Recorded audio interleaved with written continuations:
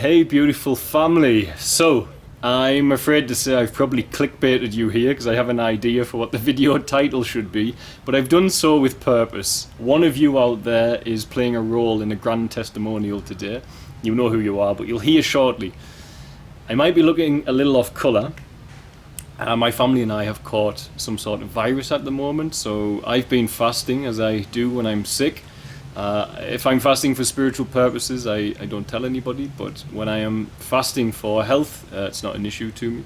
And as Joseph Campbell said, there's nothing greater you can do for your health than a little bit of, I can't remember the exact term, a little bit of caloric restriction basically is what he was saying. It certainly wasn't said in such an oafish manner. It was said in a much more poetic way, as Joseph Campbell is. So, anyway, why do I not believe in God? Well, I don't believe in God because I know God. It's as simple as that. And the reason I don't believe in God and I know God are events like this I'm going to share. It's a short story, but I want to let you know. So there is a young man among you called Tej, and he is a very loving and wonderful soul. He has supported the children here for quite some time. And when he first found us and our mission and our work and our projects and my story as well about overcoming addiction, etc., he was using intravenous meth. So this is an extremely heavy addiction he was under, and he could not come out of that. And his heart was buried. And somehow watching us, he says in his own words, unburied his heart and started him on a journey of recovery, and he did indeed recover. And thanks to his art, he does a lot of art with wood, etc., he has been supporting the children here for quite some years. Now, last year we opened the home for mothers and babies, the Tanzanian first, a place to keep newborn babies with mothers who have psychiatric issues together whilst they recover. And indeed, we do have residents living there at the moment. I think many of you know we have a great many improvements in there as well. One lady who accidentally, in a state of postnatal psychosis, nearly killed her twins. Under the monitoring of our nursing team and our social team, there has been a massive improvement in these days, whereas when she first came, she would not touch her children. Now when you go to Feather's Tail, you see her with one twin in each arm, sitting, smiling at them both and enjoying all of the glorious beauties of motherhood. You know, parenting is the greatest gift, and anyone who understands that, anyone who's a true man and a true woman and not the primitive aspect of us, knows that to honour your children is the highest road for any man to take and any woman to take. But when you're mentally ill, here they separate you from them because there's no other solution. So we want to tackle that because that breaks the bond forever. Most of those children will never return back to mum, and they can, as we've witnessed in our new home.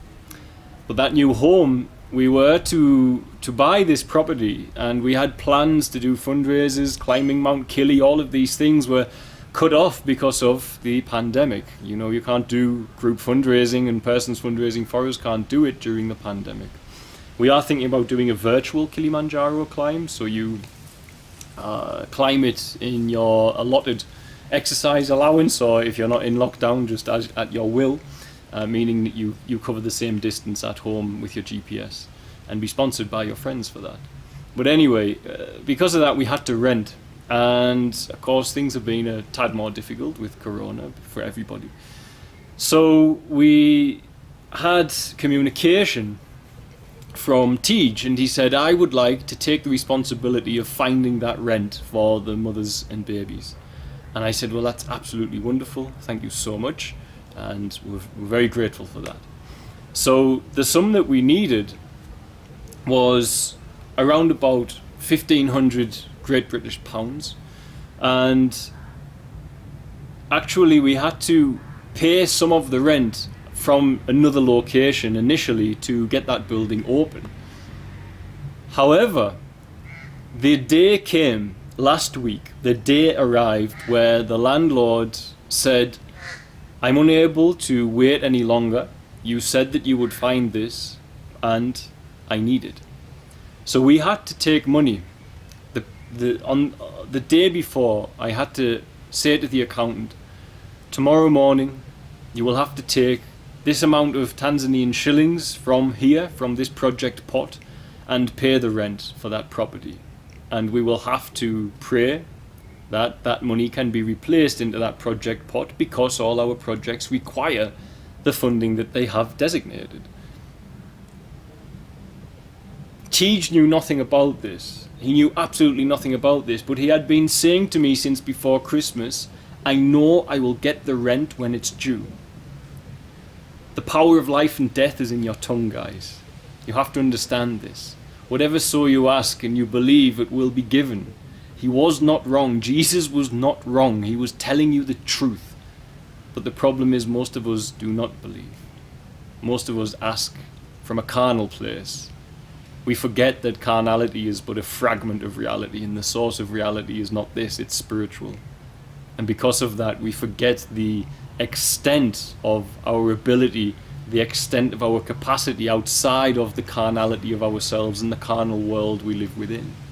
We believe by our eyes, we walk by sight and not by faith, and we are instructed to walk the other way, by faith and not sight.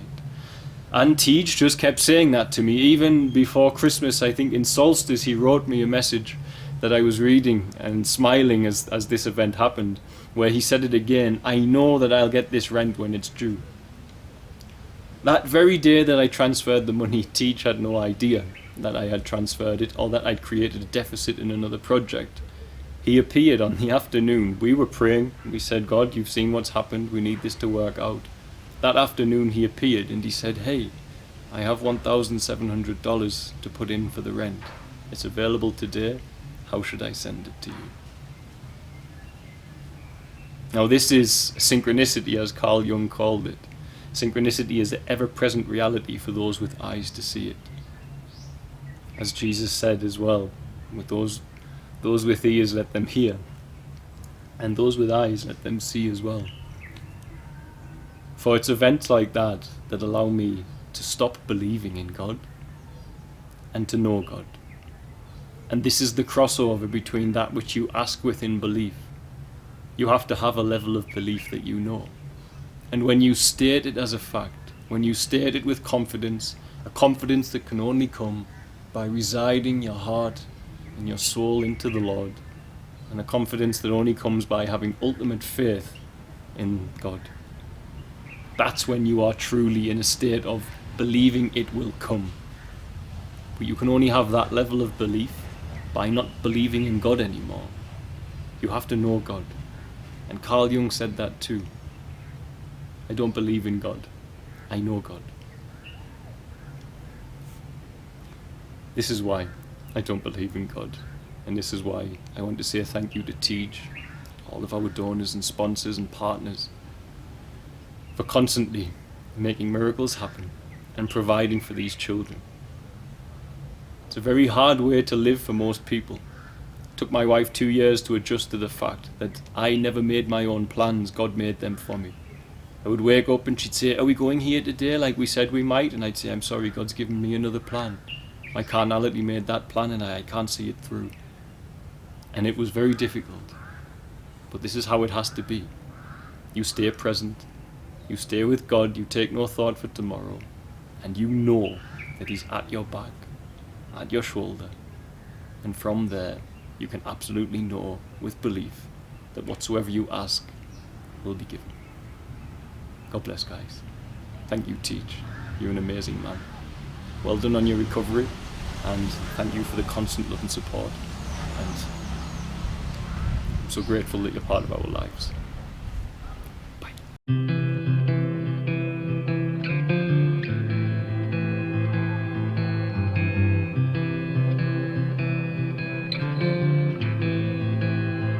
There is a place prepared for me, more beautiful than eyes have seen. When these burdens weigh me down, I won't lose heart. I will